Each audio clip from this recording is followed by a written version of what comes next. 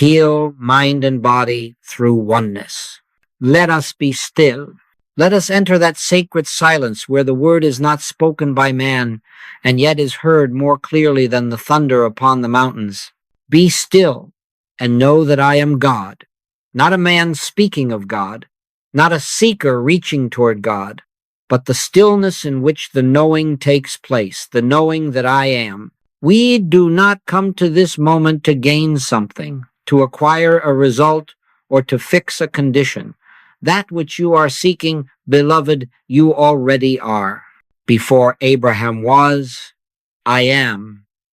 This is not the stillness of a sleeping body or an idle mind. This is the living temple of stillness, into which the presence of God enters not from without, but from within. The world teaches us to strive, to reach, to do, but we are not here to do. We are here to be. In Him we live and move and have our being, and therefore we release every plan, every fear, every effort to direct or control the silence. You do not need to bring silence. You only need to stop disturbing it.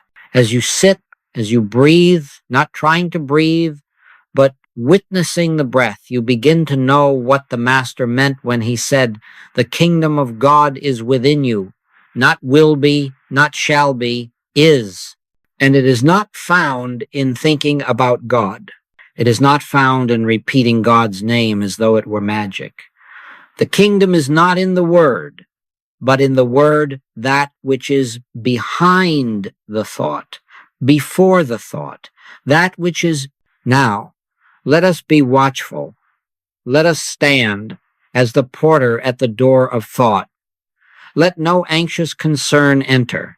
Let no opinion of the world or belief in the power of conditions come into this temple.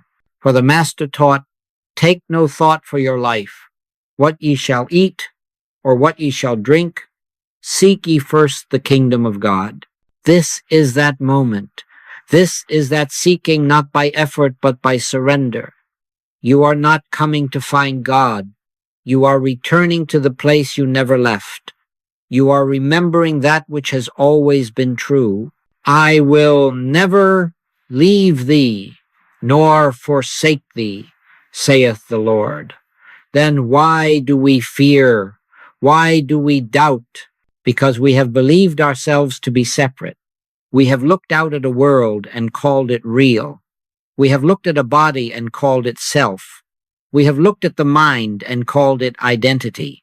But now we return to the stillness where all these illusions melt. We return to the center, to the I that is not thinking, not striving, but simply is. Beloved, silence is not absence, it is presence. When we are still, the Father speaketh, not in language, not in sound, but in life. The Lord is in his holy temple. Let all the earth keep silence before him. This temple is your own being, not the flesh, not the form, but the consciousness behind it. Let us take this moment without defense, without resistance. Let the mind be still. Let the body rest. Let the breath move of itself, and realize there is an activity taking place now that is not yours, not mine, it is God's. It is the Father within me that doeth the works. And so we are not here to make something happen. We are here to witness what already is.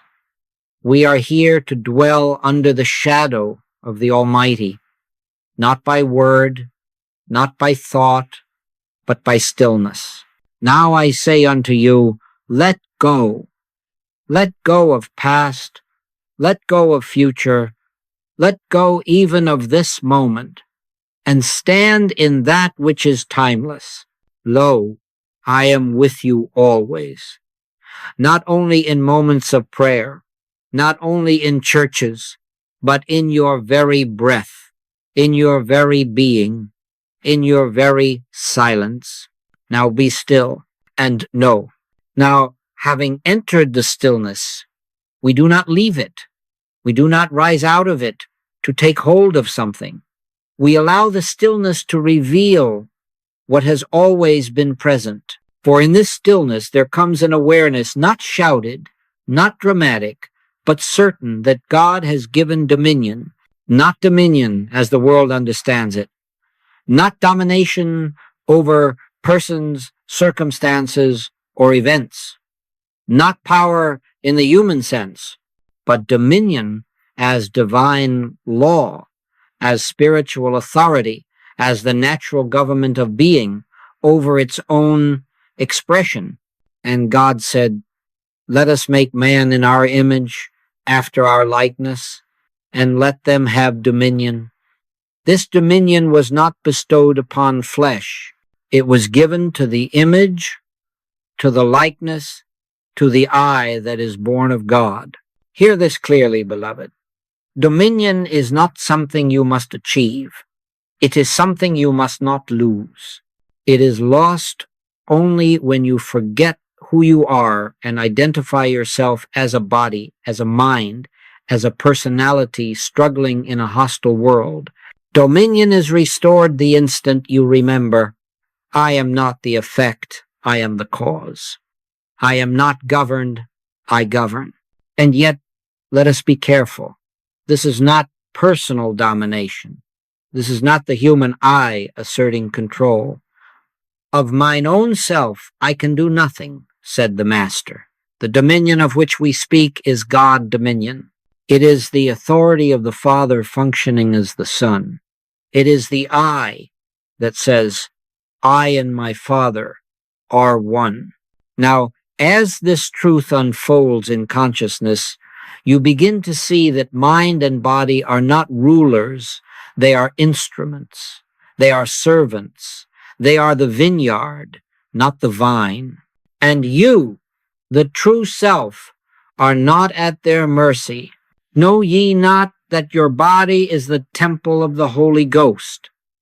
A temple is not the deity. A temple is the place where the presence dwells. Therefore, we assume, not arrogantly, not forcefully, but consciously, our God-given dominion over mind and body. We do not fight the mind. We do not punish the body. We simply take our rightful place. We stand at the door and say, thus far and no farther. Choose you this day whom ye will serve. And we answer, I serve the Lord. From this moment, nothing enters this consciousness that defileth or maketh a lie. Not fear, not inherited belief, not superstition, not the world's diagnosis, nor its prognosis. For we are not subject to the laws of matter or the opinions of men. We are under grace. The law of the Spirit of life in Christ Jesus hath made me free from the law of sin and death. Do you see now why stillness was necessary? For only in stillness can this authority be felt. Only in stillness can the false sense of power dissolve and the true government of God be recognized. When the mind is noisy, it imagines itself to be ruler. When the body cries out, it claims authority. But in the stillness, the I rises not as a voice, but as a certainty. And so we do not command the body as a tyrant. We do not command the mind as a dictator. We govern them as a father governs a household in wisdom, in love, in law. My peace I give unto you, said the Master. Peace is the evidence of dominion. Where there is struggle, dominion has been forgotten. Where there is peace, dominion is active. Let us rest in this truth now. I do not ask God to govern my life. God is governing my life, because God is my life. I do not beg for control. I accept authority. I do not seek power. I recognize being. And as this recognition deepens, you will find that the body responds without effort, and the mind grows quiet without force. For the government shall be upon his shoulder, not upon yours, not upon mine, upon his. And his shoulder is strong enough. Remain here. Do not hurry. Let this truth settle until it becomes less a thought and more a state of awareness. Dominion is not exercised. It is lived. I am the Lord thy God, which teacheth thee to profit, which leadeth thee by the way that thou shouldest go. And therefore I follow not outward instruction, but inward law, the law of I. Beloved, having assumed the God-given dominion of the I, we now come to that sacred point of release where the veil is lifted and we recognize I am not the body is not yourself. It is not your identity. It is not your being. It is the form through which you function, but it is not the life by which you live. I am the resurrection and the life, not the body. I am. The body has no life of its own. It does not breathe. It does not think. It does not act. It is animated only by that invisible presence which is I. And so long as we believe that we are the body, we shall suffer the conditions of the body, the limitations, the frailty, the illusion of mortality. But when we awaken to the truth, when we say with Christ, I am not of this world, then even the body begins to reflect the truth of spirit. Now listen, the body in itself is neither good nor evil. It is not divine, and it is not sinful. It is nothing. It is the visible form of invisible life. It is the clay upon the potter's wheel, but the life that shapes it is the I that I am. Know ye not that the Lord, he is God? It is he that hath made us, and not we ourselves. And what the Lord hath made is not made of flesh and blood. It is made of light, of law, of life. And so we begin the holy process of disidentification, not as denial, but as liberation. We are not rejecting the body. We are freeing it. For only when the body is no longer mistaken for the self can it serve its true purpose, to express the harmony, the order, the vitality of the divine presence. I am not this heart that beats. I am the rhythm that sustains it. I am not these eyes that see. I am the light by which all things are seen. I am not the brain, nor the nerves, nor the tissues. I am the law unto all of these. The Spirit of God hath made me, and the breath of the Almighty hath given me life. You see, we are not here to repair the body. We are not here to improve it. We are not here to manipulate form. We are here to transcend identification with form. And in that transcendence, the form is lifted. When the consciousness of truth enters the temple, the tables of belief are overturned. The disease, the age, the weakness, they fall away. Not because they were healed, but because they were never true. Do not speak to God of the body. Speak to the body of God.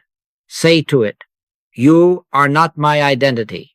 You are my instrument. You are not my burden. You are my vehicle.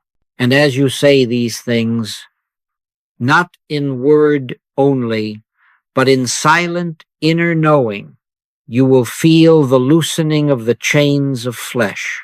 You will feel the breath of the Spirit moving through you, not from the lungs, but from the soul. When the Master walked among men, did he identify himself as flesh? No. He said, destroy this temple, and in 3 days I will raise it up. He knew the body was not his life. He knew the body was the garment, and the I was the life eternal, and so must we know. This truth cannot be forced. It must be received. Let it enter gently. Let it unfold as a flower at dawn. And as it does, the fears of the body, fear of disease, fear of pain, fear of age, fear of death, begin to dissolve, for they were never fears of the body. They were fears of the false identity. You are not the body. You are not the mind. You are the I that uses them. The life which I now live in the flesh, I live by the faith of the Son of God, not by the flesh, but by the Spirit, not by the belief in matter, but by the knowledge of oneness. This is the beginning of freedom, not freedom from pain alone, but freedom from the illusion of selfhood in the flesh. And in that freedom, the body finds peace. It no longer resists, no longer demands, no longer dominates. It becomes the silent temple in which the I dwells. Now rest in this. I am not subject to the body. I am not at the mercy of its conditions. I am the life of the body. I am the law of the body. I am the peace of the body. I do not take thought for it. I rest in the knowing that He shall give His angels charge over thee, to keep thee in all thy ways. And those angels are not wings in the sky. They are the spiritual truths realized in silence. They are the Word made flesh. Remain here, beloved, in the quiet joy of that realization. I am not the body. I am the life that governs it, and I live forever. Now we come to a point of great release, one that has brought freedom to many and yet is often misunderstood. We speak now of the impersonal nature of disease, discord, and all forms of error. Not to deny their appearance, but to strip them of false authority. Not to fight them, but to see through them. Hear this clearly, beloved. Error is not a person. Disease is not a person. Fear is not a person. Sin is not a person. These things have no identity, no origin in God, and therefore no law to sustain them. I form the light and create darkness. I make peace and create evil. I, the Lord, do all these things. And yet the evil spoken of here is not a power, not a force. It is a belief, an appearance, a shadow cast by the absence of light. We have suffered long because we have personalized error. We have said, my disease, my weakness, my pain, my heredity, and in doing so, we have fastened ourselves to a belief that was never ours to carry. The Master never said, thy disease hath made thee whole. He said, thy faith hath made thee whole. Why? Because faith is the recognition of truth, and disease has no truth in it. When Jesus looked upon the blind, the lame, the leper, He did not see a sick man.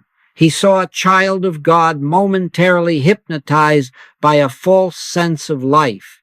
And because He did not personalize the error, He was not afraid of it, He did not condemn it, He did not battle it. He simply knew the truth, and the truth made free. Neither hath this man sinned, nor his parents, He said. And in that moment, the whole foundation of blame, guilt, and fear was removed. Error was revealed as impersonal. It had no history, no cause, no future, and therefore it had no power. Now let us apply this sacred understanding within ourselves. If there is pain, do not say, I am in pain. Say instead, there is a belief presenting itself, and it has nothing to do with me. If there is weakness, Do not say, I am weak. Say, there is an appearance of weakness, but I am the strength of God. For the Lord is the strength of my life. Of whom shall I be afraid? Disease does not know you. It does not recognize your name. It does not know your body. It is not acting upon you. It is a false suggestion drifting through human consciousness, seeking acceptance, and it can only operate where it is believed. Resist the devil, and he will flee from you, not by force, but by understanding, not by fear, but by truth. This is why condemnation must fall away. Condemnation binds us to the illusion. Judgment gives error, a face, a story, a cause.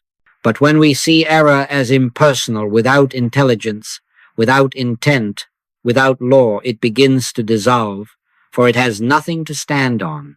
It was never real. It was never personal. It was never yours. Let us be very clear. This is not indifference. This is divine compassion.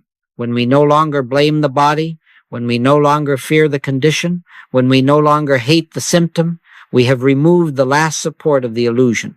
And then the light enters. And the light shineth in darkness, and the darkness comprehended it not. You do not heal a belief. You outgrow it. You do not fix an illusion. You awaken from it. And awakening does not come by struggle. It comes by knowing that there is no power but God. And if God is infinite good, where then is disease? Where then is discord? Where then is death? The answer is simple, and it is final. They have no place in the I that I am. Now rest in this realization. Do not watch the body to see what happens. Do not measure improvement. Do not seek a sign. An evil and adulterous generation seeketh after a sign. Truth needs no proof. Light does not argue with darkness. It simply shines. And as this understanding settles, you may feel a loosening, a quieting, a release, or you may feel nothing at all. It does not matter. The seed is planted in consciousness, and it will bear fruit in due season. So shall my word be that goeth forth out of my mouth. It shall not return unto me void. Remain here, beloved, in the peace of knowing. Error is not personal. It never was, it never will be. And I, the I that I am, remain untouched, whole, and free. Now, having seen that error is impersonal and without power, we may turn and speak to the body not to beg of it, not to fear it, not to hate it, but to govern it. For we are not the body, but we are the law unto it. We are not the clay. We are the potter. We are not the instrument. We are the musician who plays through it. And so we say, not from pride, but from peace. I govern this body. I am the life of this body. I am the intelligence functioning through its every cell. Let us go now, gently, consciously, and speak to the body not with the voice of man, but with the still small voice of spirit. To the heart, I say, you do not beat of yourself. I am your rhythm. I am your quiet, steady pulse. I am your peace. You are not a machine of matter. You are the flow of divine order. And I am that order. To the lungs, I say you do not breathe. I breathe. I am the breath of life. I am the wind that bloweth where it listeth. I am not limited by volume or age or diagnosis. I am infinite breath. Breathe me and be still. To the nerves, I speak. Be not afraid. Be not troubled. I am the calm that passes through you. I am the quiet signal of peace. You are not the echo of the world's agitation. You are the extension of my silence. To the digestive organs, I say, you are not powered by food, nor by function, but by I. I am the law of assimilation. I am the truth of nourishment. I am the bread and the wine. I feed this temple with grace, not effort. To the joints and bones, you are not stiff with time, nor brittle with belief. You are not subject to the calendar. I am the timeless strength that moves you. I am your flexibility. I am the resurrection of every cell. To the skin, I say you are not a barrier. You are a transparency. You are not the outer layer of mortality. You are the garment of light. I shine through you. I express myself through you. You are the visibility of my presence. To the brain, I say, you do not think. I think. I am the mind that governs you. You are not the origin of intelligence. You are the outlet for divine wisdom. You are not fatigued. You are not confused, for I am clarity and light and truth. To the immune system, I say, you do not fight. You are not a soldier. You are a witness. You bear testimony to the presence of the Holy One within. I am your defense and your deliverance. Nothing shall by any means hurt you, for I am the armor of spirit, and beside me there is no other power. And to the whole body I say, I am thy life, I am thy resurrection, I am thy law, thy light, thy order, thy perfection. Without me you can do nothing, but with me all things are possible. We do not say these words to affirm. We do not say them to persuade. We say them to remember. We speak them not to the body's ears, but to the body's essence, to the idea of God formed as this temple.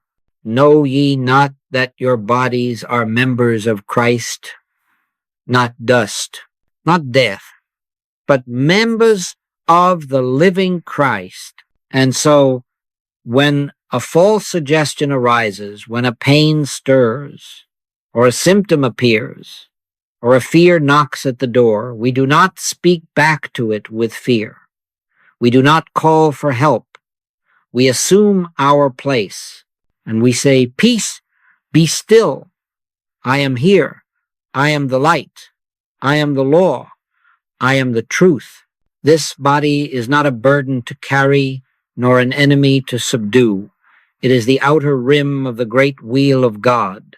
It is not self-governing. It is not self-destructive. It is not self-originating. It is I-governed, I-directed, I-sustained. And if we seem to forget for a time, if we slip into belief in the body's authority, we do not condemn ourselves. We return, we remember. Return unto thy rest, O my soul, for the Lord hath dealt bountifully with thee.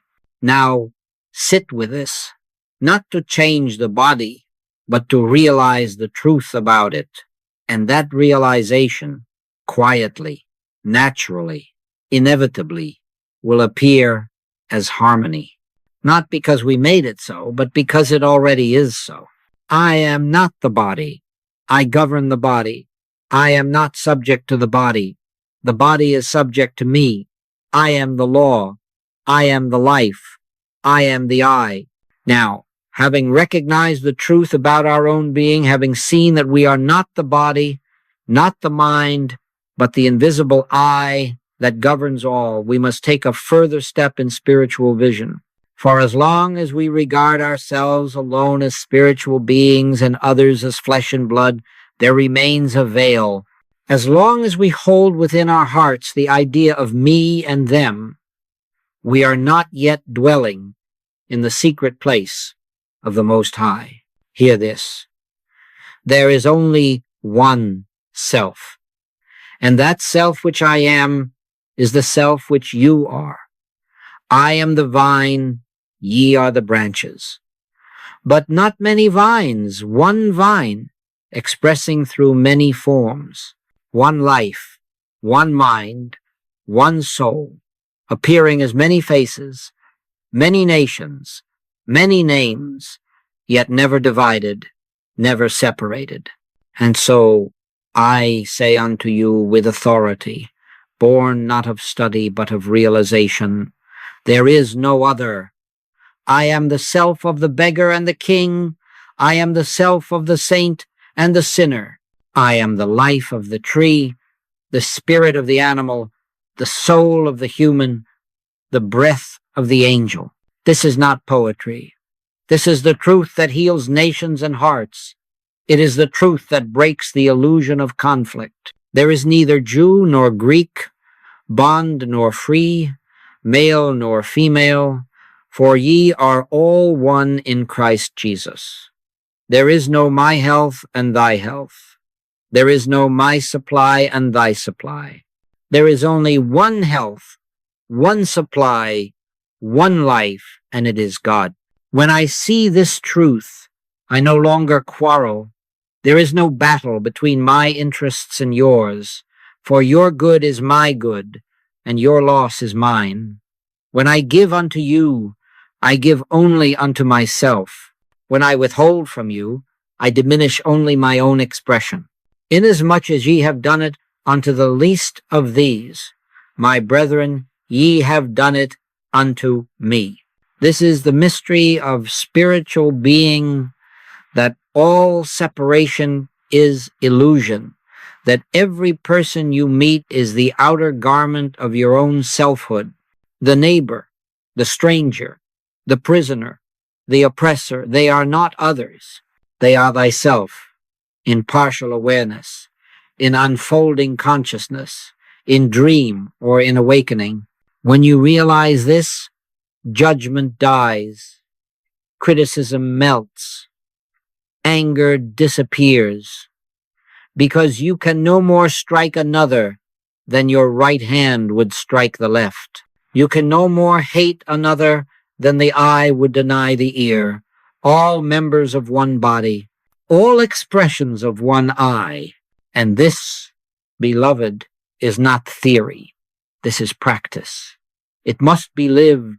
When you see a man in pain, do not say, he suffers.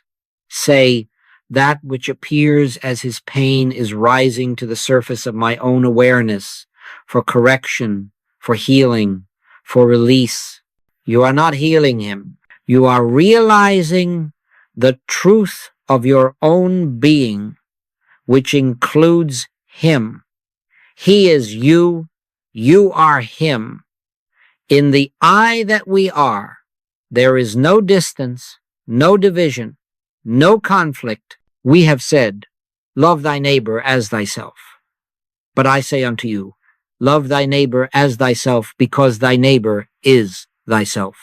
And when this truth is realized, not believed, not accepted, but realized, then there is peace. Then there is healing. Then there is heaven. That is why it is written, thou shalt love the Lord thy God with all thy heart, and thy neighbor as thyself. For the Lord thy God is thy neighbor. The eye that breathes your breath is the same eye that breathes his. There is no other I. Let this truth wash over every conflict you have ever known. Let it enter your family, your friendships, your work, your politics. Let it move through the history of nations and races, and know there are no sides in God. There is only the one life seeking to know itself. You cannot bring healing through judgment. You cannot bring peace through punishment. You cannot bring light through conflict. But the moment you say in your heart, not to the ears of the world, but in the stillness of the soul, I and thou are one, in that moment, the veil begins to dissolve. There is no competition in I, no scarcity in I, no oppression in I, There is only infinite being unfolding itself in the harmony of its own law. Now, sit with this. Do not speak it aloud. Do not try to explain it to the world. Let it take root in your own consciousness. Let it become the atmosphere in which you live, and in time you will see, without effort, without announcement, that others are drawn into that atmosphere, that conflicts resolve, that enemies soften, that healing flows, and you will know it was not by might, nor by power, but by the realization of I. Now let us move deeper, beyond words, beyond concepts, beyond even the noble truths we have contemplated thus far, into the Holy of Holies, where the mystery is no longer mystery, where union is no longer a belief but a fact. For I say unto you, I and the Father are one. This is not a statement of faith. It is not a doctrine or a theology. It is the living truth of being. It is the cornerstone of your spiritual life. And until this is realized, not accepted, but realized, you will look for God as someone apart. You will pray to God as something external, and you will miss the presence that is closer to you than your own breath. I and the Father are one, not two, not a worshiper and a deity, not a creation and a creator. One, not one in appearance, not one in agreement, but one in essence, in substance, in identity. The Master said, the words that I speak unto you, I speak not of myself, but the Father that dwelleth in me, he doeth the works. And in this we hear the secret, the Father within me, not a God far off, not a power to be summoned, but a presence already within, already functioning, already fulfilling itself as the I that I am. The I that you are is not a product of human birth. It is not the result of history, heredity, or biology. It is the emanation of God. Before I formed thee in the womb, I knew thee, and before thou camest forth out of the womb, I sanctified thee. Therefore I say unto you, you are not becoming divine. You are discovering that you have never been anything else. We have lived too long under the illusion of separation. Separation from God, separation from each other, separation from truth. We have prayed to God as though he were absent. We have sought peace as though it were elsewhere. But peace is not found through effort. Peace is realized in union, and union is the truth now. The moment you touch this truth, this living oneness, you touch the hem of the garment, and virtue flows out, healing flows out, peace flows out, not because you asked for it, but because you remembered that you already are it. Now hear this. The I that speaks these words is the I of God. It is the voice of the infinite speaking through this temple of awareness. And that same I is in you, as you, through you. Ye are the temple of the living God. As God hath said, I will dwell in them and walk in them. Not visit, not appear occasionally, but dwell. You may ask, but how do I realize this? What must I do? And I tell you nothing. Nothing but be still and know. Nothing but release the belief in a self apart from God. Nothing but drop the images, the definitions, the names, the labels, and rest in I. This is not mystical poetry. This is the practical law of spiritual living. When you know your union, you are no longer seeking. You are no longer resisting. You are no longer reacting. You are resting in what is already true. And so we do not reach for God. We do not reach for peace. We do not reach for healing. We turn within and we say, I am that I am. The Father and I are one. All that the Father hath is mine, not as affirmation, but as recognition, not as repetition, but as realization. And then the miracle unfolds, not in noise, not in drama, but in quiet certainty. That which you feared dissolves. That which you desired appears without effort. That which you sought is found within your very self. For I am not a seeker. I am not a beggar. I am the living Son of God. And so are you. Remain now in this awareness. Do not think it. Do not repeat it. Feel it. Let it become your resting place. Let it become the atmosphere in which you live and move and have your being, for there is no other place to be. You are not alone. You never have been. You are not separate. You never were. I and the Father are one. And now the work is done. Now we approach one of the most liberating truths in all spiritual living, that healing is not something to be done. It is not a change from sickness to health. It is not a fixing of the body. It is not even the correction of a condition. Healing is the realization of what has always been true, that in God there is no illness, no pain, no imbalance, no death. And if God is the substance of your being, if God is the life and law of your body, if God is the mind that governs you, then there is no sickness in you to be healed. What needs to be healed is not the body, it is the belief. Healing does not take place in the flesh. Healing takes place in consciousness. You do not heal a lie. You awaken from it. You do not correct a dream. You wake up and it vanishes. That is the nature of spiritual healing. It is not a transaction. It is an unveiling. It is not power acting upon matter. It is truth revealing the unreality of error. Ye shall know the truth, and the truth shall make you free. The truth is not that you are getting better. The truth is not that God will heal you.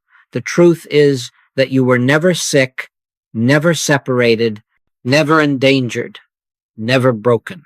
You only believed that you were, and belief has no power in the presence of realization. So we turn now, not to treat the body, not to change conditions, but to know the truth. That is all. We ask not what is the condition, we ask what is the truth. And the truth is simple, profound, and eternal. God is the health of my countenance. He restoreth my soul. The Lord is my shepherd, I shall not want. Not shall not want health, but shall not want anything. For in the realization of oneness with God, there is nothing lacking. Where fullness is, there can be no emptiness. Where harmony is, there can be no discord. When you see an appearance of disease, whether in your own experience or in another's, do not descend into it. Do not analyze it. Do not try to fix it. Rise above it. Come up hither, saith the Spirit, and I will show thee things which must be hereafter. That is, rise into the altitude of the Christ mind, and behold the truth that was, is, and shall ever be. From that height, you will not see a sick man. You will see the Son of God. You will not see disease. You will see an image and likeness of God. And that vision will dissolve the illusion. It cannot stand in the presence of truth. This is why healing is effortless, not because it is easy, but because you do not do it. You witness it.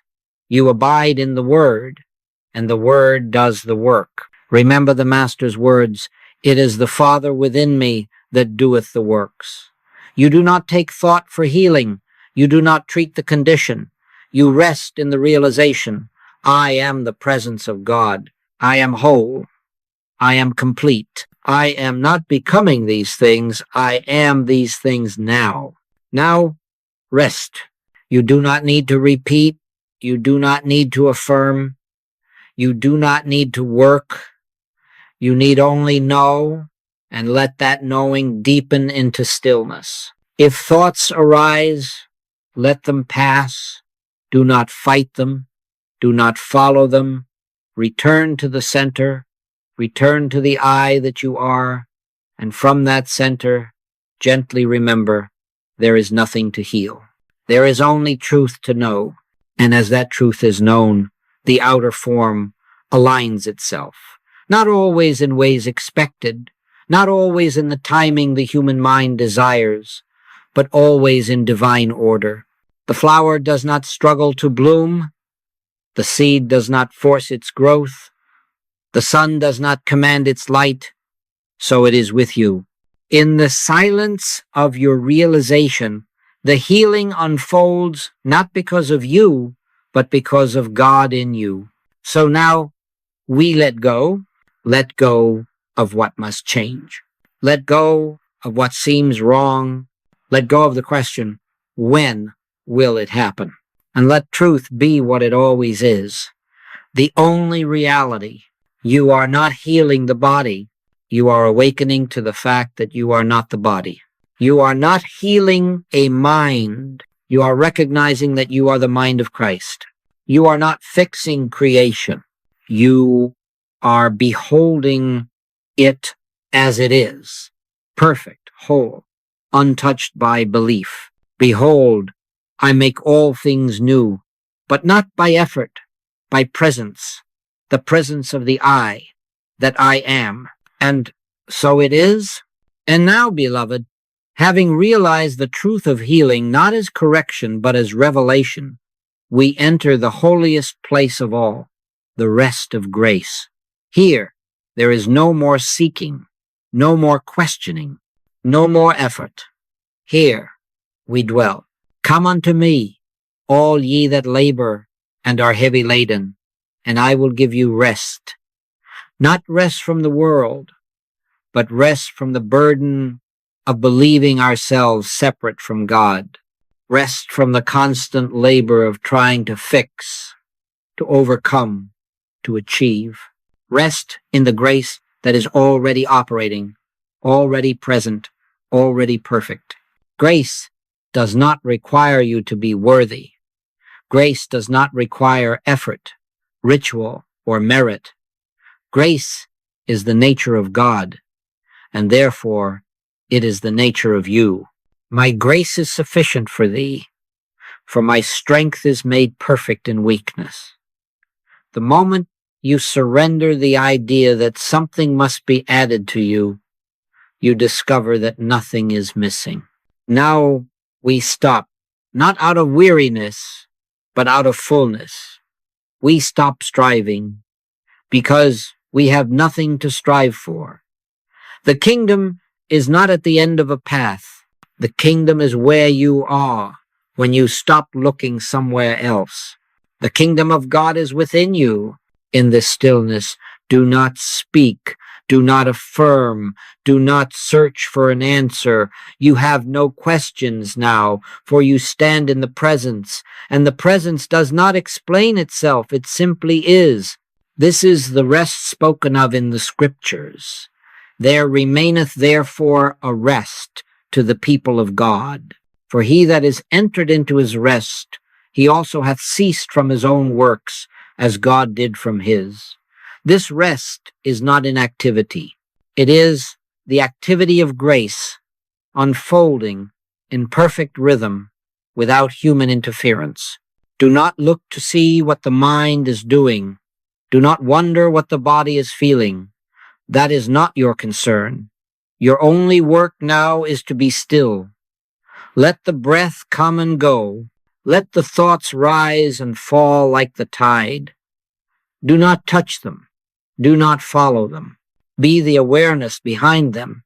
And in this awareness, know all is well, not will be well.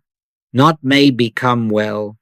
All is well now, because God is now, grace is now, I am now.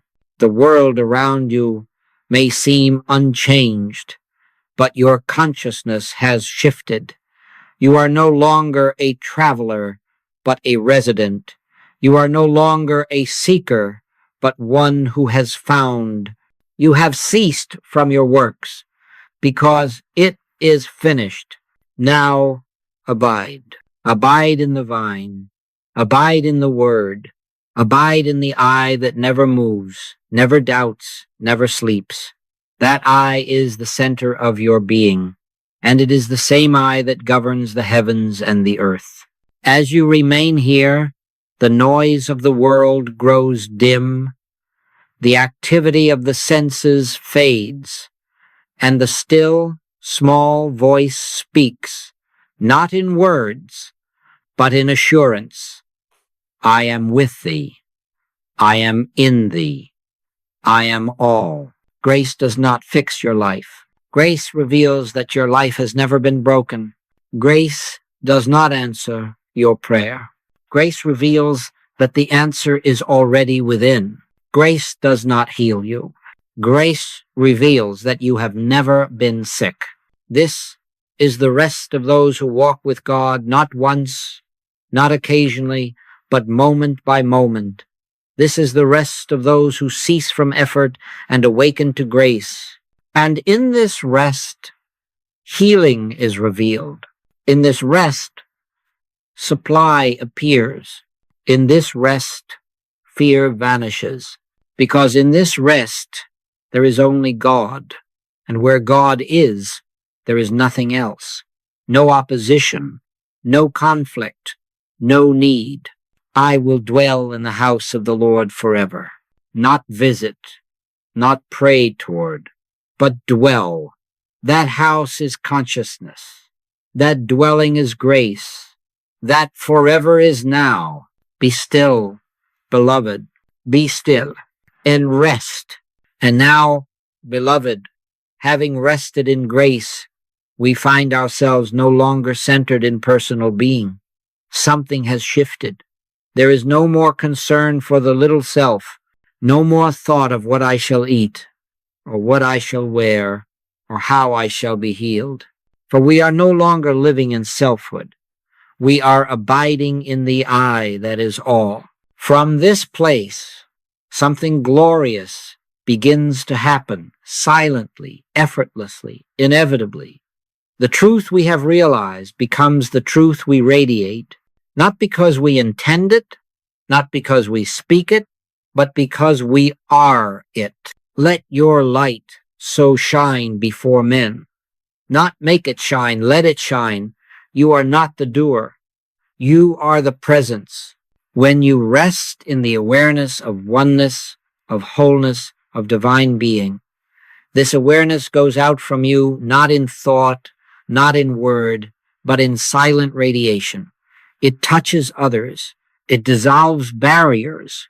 It heals minds and bodies without your knowing, without their knowing.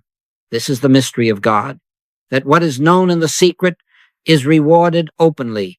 You are not a person doing good. You are not a healer. You are the light of God in expression. You are the law of God in action. I am the light of the world, said the Master. And then again, ye are the light of the world. There is no contradiction. The I that declared it is the same I in you. One light, many windows. Now remain very still.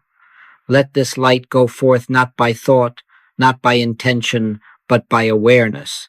This is not visualization. This is not imagination. This is the radiation of realized truth. It goes before you. It walks beside you. It fills every room you enter, every conversation you have, every word you speak, even your silence. You are not a source of light. You are the transparency through which light flows.